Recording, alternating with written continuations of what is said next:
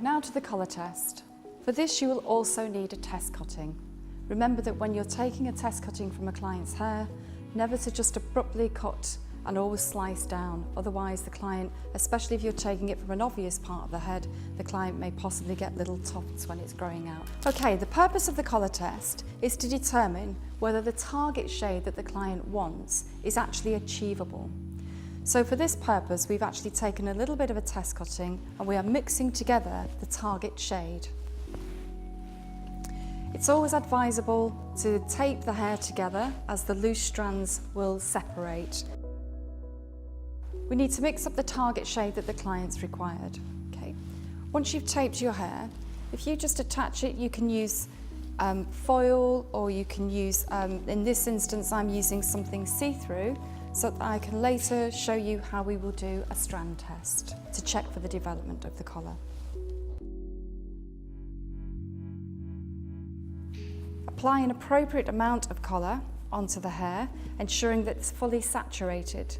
If it isn't, it could give you a slightly false reading and the client may be slightly disappointed with her results as a consequence.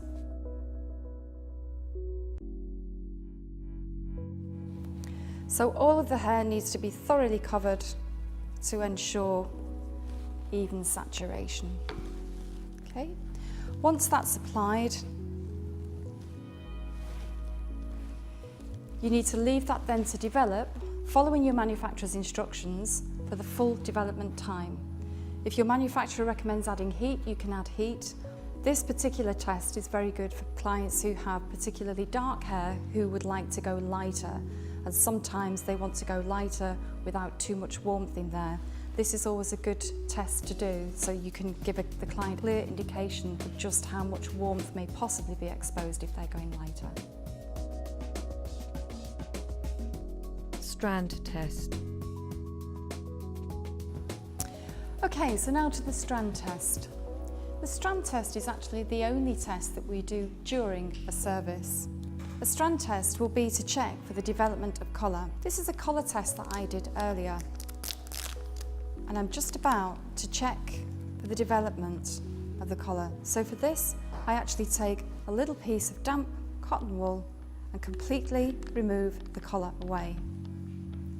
Once I've done this, I'm able to then lift up the strand to see the development of my colour.